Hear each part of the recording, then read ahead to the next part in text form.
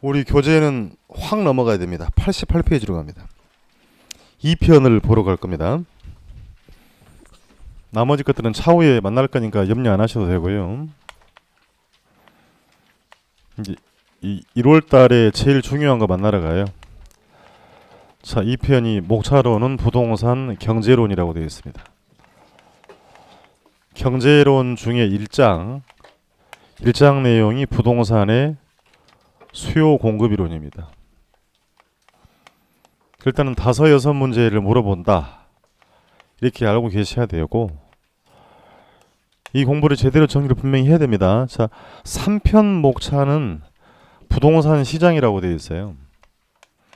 경제학자들이 시장을 움직이는 도구를 수요와 공급이다라고 표현합니다. 그러니까 우리는 시장의 논리를 지금 공부하러 들어가는 겁니다. 자, 그럼 시장부터 정의를 하러 갑니다. 복잡하게 볼 건 없어요. 동네 마트 시장, 동대문 시장, 증권 시장 이런 말 하잖아요.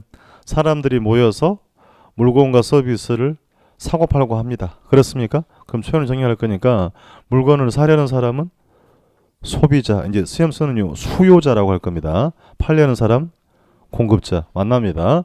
시장을 정의합니다. 부동산 수요와 부동산 공급에 의해서 거래가 이루어지고 이렇게 해서 가격이 결정되는 곳을 우리는 시장이다라고 표현합니다. 거꾸로 그러면 가격을 결정하는 건 읽으세요. 다른 거 아니에요. 가격은 수요와 공급의 결정이 되는 겁니다. 1교시 때 경제적 개념 공부하시면서요. 2가지 용어를 정의했어요. 소비재라는 용어하고 상품을 공부했죠. 자, 소비재를 정의합니다. 다시 소비재란 소비하는 재와 그죠? 주관적인 만족도, 효용. 그 용어 중요하다 그랬어요. 효용을 얻기 위해서 가격을 지불한 건 뭐다? 소비재다. 그럼 공급자가 돈을 버는 수단 이윤 창출을 위해서 재화를 팔아먹는 것은 상품이다라고 했습니다. 우리가 앞 시간에 공부할 때 주택 아파트라는 게 자산의 성격도 있고 소비재의 성격이 있다 그랬죠. 일단 자산의 성격은 제외합니다. 제외하고 주택 아파트를 뭘로 이야기한다? 소비재와 상품으로 놓고 이야기를 들어가면 이 논리를 알고 가셔야 됩니다.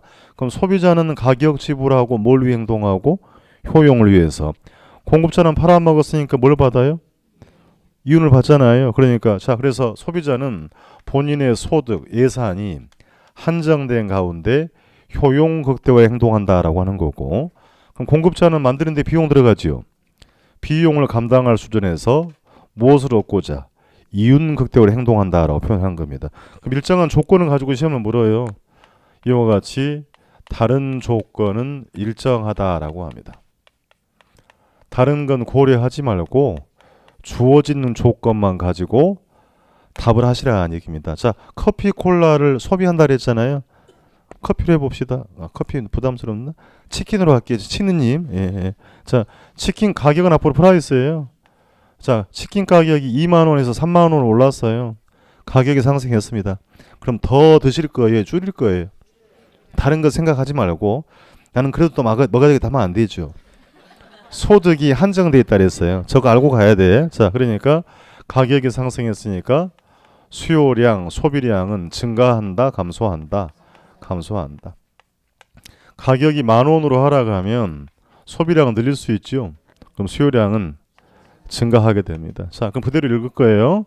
가격과 수요량 무슨 관계? 반비례. 다시 부동산으로 갑니다. 자, 아파트 가격이 상승하면 아파트 수요량은 감소하고 아파트 가격이 하락하면 수요량은 증가한다.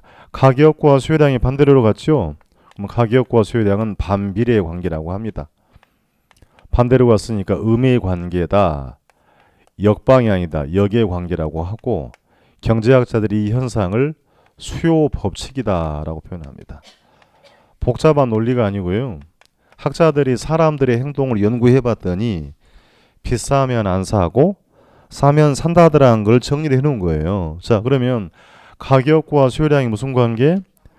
거꾸로 물어볼게요. 수요량과 가격은 반비례이다. 이렇게 읽으시면 절대 아니 됩니다. 자, 가격이 원인이에요. 수요량이 결과입니다. 원인과 결과를 바꿔 읽으면 안 된다는 얘기예요. 그러니까 수요량과 가격이 반비례란 말은 없어요. 가격과 수요량이 무슨 관계? 반비례. 표현을 정리하면 수요 법칙이 뭡니까 하면 합리적 소비자의 가격에 대한 행동이다라는 겁니다. 그렇습니까? 그러니까 엉뚱한 생각하지 말라는 게 이런 거예요. 아파트 가격이 지금 오르면 지금 사야 되는데 이 생각하지 말고 자산이 아니고 뭐라고요? 소비재라고 지금 제가 이야기를 하고 들어가잖아요. 그걸 알고 계셔야 돼요. 그러니까 비싸면 안 사고 싸면 산다라는 걸 수요 법칙이라고 했던 겁니다. 동일한 방법으로 갑니다. 공급자는 뭘 위해 행동한다고요? 이윤 극대화. 자, 치킨 가격이 올라요. 그럼 치킨 판매업자는 돈 되지요. 뭘 위해 행동한다 그랬어요? 이윤 극대화. 공급량을 어떻게 할 것이다. 증가할 것. 다른 거 생각하지 말고요. 돈이 되니까 공급량을 늘린다. 반대로 가격이 하락하면 돈 돼요, 안 돼요? 그럼 공급량을 감소시키면 똑같이 갑니다. 자, 아파트 가격이 상승하면 아파트의 공급량은 증가하고 아파트 가격이 하락하면 공급량은 감소하더라. 엉뚱한 생각을 하지 말라고 하는 것은 아파트 가격이 오르면 더 오를 때 늦게 팔아야지 이런 생각하지 말고 다른 건 고려하지 말아 그랬잖아요. 오로지 뭐만 가지고 상품이다.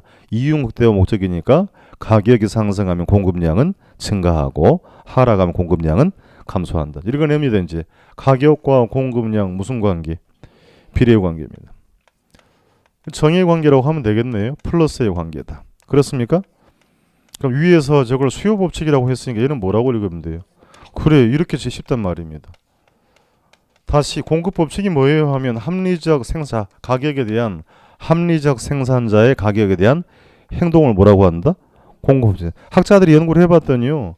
가격이 오르면 사람들이 공급량을 늘리더란 얘기입니다. 정리해놓은 것밖에 없다. 가격과 공급량은 비례. 다시 되물어요. 공급량과 가격은 비례관계다. 그런 말은 절대 없습니다. 그러니까 가격과 수요량은 반비례, 가격과 공급량은 비례. 그럼 표현을 정리하러 갑니다. 여러분 보고 계신 것처럼 가격이 수요량에, 가격이 공급량에 영향을 주고 있지요. 그렇습니까? 다시 앞으로 다른 조건이 일정할 때 가격이 상승하면 수요량은 뭐하고 공급량은 뭐하고 증가한다. 가격이 하락하면 수요량은 공급량은 가격이 수요와 공급 영향을 주고 있지요. 가격이 수요 공급을 조절하고 있지요. 이 표현을 앞으로 자원배분이라고 합니다. 절대적인 용어가 나왔어요. 이게 뭐냐고는 안 묻는데 정의를 하고 있어야 돼요. 가격이 수요와 공급을 조절하는 걸 뭐라고 한다? 자원배분이라 하더라. 그러면 시장을 정의할 수 있습니다. 부동산 시장이란 부동산 수요 공급에 의해서 부동산 가격이 결정되고 결정된 가격이 수요 공급을 조절한다는 자원배분 기능을 수행하는 곳이다. 이렇게 정의를 내려야 되고 다음 주에 이것만 가지고 4시간 동안 만납니다. 이것만 가지고. 이게 뭘 하는지를 알고 가야 된다라고 하는 겁니다. 자, 그러면 이제 이 수요 법칙, 가격과 수요량의 반비례 관계를 그래프로 옮길 겁니다. 이게 여러분 이제 그래프를 그리라고 하는 건 아닌데 그래프 해석 능력은 돼야 된다는 얘기입니다. 자, 용어부터 정리. 종축이라고 해요. 세로축이고요. 횡축이고 가로축입니다. 수학과 경제학 사고는 달라요. 자, 수학하신 분들 마음을 이쁘게 하세요. 경제학에서는 갖고 와서 따져요. 그러니까 경제학에서는 원인에 해당하는 것을 종축에 기록을 합니다. 원인이 뭐예요? 가격, 프라이스라고 표현할 겁니다. 가격이고 횡축은 이제 뭐 쓰면 돼요? 양, 수요량이라고 쓸 겁니다. 편의상 이제 양은 앞으로 영문으로 Q라고 쓸 겁니다. 퀀터티에서요. 가격은 P, 양은 뭐다? Q. 여기 0이라고 표기합니다. 자, 그럼 좌우로 움직이는 건 뭐죠? 양은 오른쪽 가면 증가, 왼쪽 가면 감소고요. 가격은 상승, 하락이라고 합니다. 자, 주어진 가격을 2만 원이라고 합시다. 2만 원에서 사람들이 한 달 동안에 20개를 사려고 합니다. 가격이 얼마예요? 몇 개를 사려고 해요? 그럼 20개가 수요량이잖아요. 이게 최소가요, 최대가요? 소비자의 소득이 한정된 가운데 주어진 가격에서 구매하고자 하는 최대 수량이라고 합니다. 그것도 최소라고 물어본 적이 있어요. 그러니까 주어진 가격에서 구매하고자 하는 최대량이라고 합니다. 자, 조건대로 가격이 상승하면 수요량은 뭐 한다? 감소한다. 해볼게요. 3만 원으로 상승했어요. 가격이. 그럼 수요량 뭐 한다? 감소한다. 임의로 자 10개라고 합시다. 가격이 하락하면 수요량은 뭐 한다? 증가. 10,000원으로 하락했습니다. 그럼 수요량은 30개라고 가정을 해볼게요. 자, 각 가격에 해당하는 각 수요량이죠. 그렇습니까? 그럼 만나는 점이 하나, 둘, 세 개가 보이네. 그런가요? 그럼 다시 일일이 각 가격에 해당하는 각 수요량을 점을 찍으면 동일선상에 수많은 점들이 이렇게 존재하겠지요. 공감하시겠어요? 그럼 이 점들을 쭉 연결해서 그리고 D0라고 표기합니다. D는 디맨드라고 합니다. 수요 곡선이에요. 스펠링을 묻는 건 아니고. 그래프가 부담이 되시면 단순화해 드립니다. 최초 기준점에서요. 종축이 뭐라고 했어요? 가격. 가격이 상승했지요. 수요량은 뭐 한다고 했고? 비싸면 산다 안 산다? 고민하고 있으면 안 돼. 왜 감소하지 하면 안 된단 말이에요. 그러니까 이게 기본기가 아니 돼 있으면 아주 뒤죽박죽이 돼 버립니다. 쉬운 건데 비싸면 산다 안 산다? 엉뚱한 생각하지 말란 말이에요. 그러니까 나는 사야 되겠다 하지 말고 다른 조건은 뭐 하다? 일정하다. 그렇게 문제는 그렇게 생각을 한단 말입니다. 그러니까 자, 수요량은 뭐 한다? 감소. 점 찍었어요? 가격이 하락했지요. 수요량은 점 찍었지요. 다시 세 점을 연결하면 이런 모습이 되는 겁니다. 그럼 그래프를 0이니까 이렇게 읽어갈 거예요. 오른쪽으로 내려오고 있지요. 그럼 수요 곡선의 형태는 이와 같이 우하향 형태로 나타난다라고 표현합니다. 겁내지 말고 합리적 소비자의 가격에 대한 행동을 수요 법칙이라고 정의했고, 그리고 그래프로 옮긴 게 뭐다? 수요 곡선. 어떤 모습이다? 우하향 형태로 나타납니다. 동일한 방법으로 갑니다. 이제 공급 법칙을 옮길 거예요. 종축은 가격, 횡축은 뭐라고 하면 돼요? 공급량 Q 하겠습니다. 자, 똑같은 방법으로 주어진 가격 2만 원 할 때 한 달 동안에 사람들이 20개를 공급하려고 합니다. 가격 얼마? 2만 원 할 때 몇 개를? 그럼 공급하고자 하는 최소 최대 똑같아요. 비용을 감당할 수준에서 공급하고자 하는 최대량을 공급량이라고 합니다. 동일한 방법으로 가격이 상승하면 공급량 뭐 한다? 증가. 3만 원 상승했어요. 가격이 상승했지요. 공급량 뭐 한다? 자, 30개라고 해볼 겁니다. 10,000원으로 하락했어요. 공급량 뭐 한다? 감소. 자, 다시 각 가격에 해당하는 각 공급량이죠. 만나는 점이 3개가 보이나요? 자, 다시 표기하러 갑니다. 각 가격에 해당하는 각 공급량을 점을 찍으면 여기에 수많은 점들이 이렇게 존재하겠지요.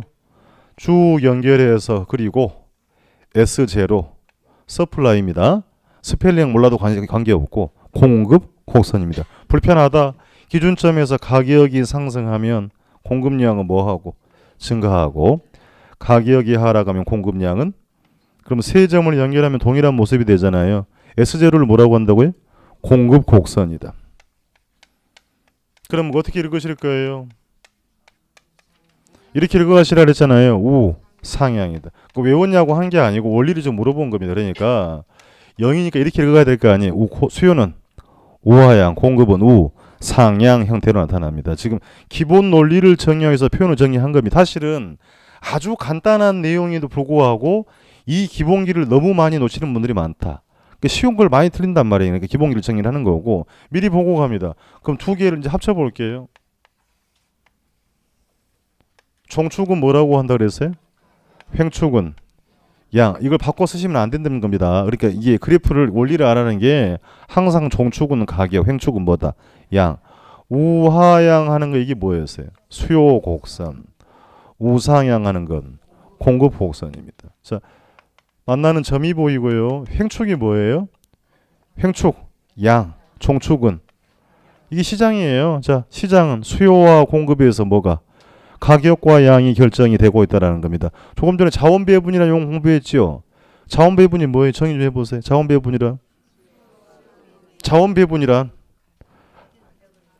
가격이 수요 공급량을 조절하는 현상이라 그랬잖아요. 이제 확인해 볼게요. 자, 가격이 P1 수준으로 상승했다고 하고요.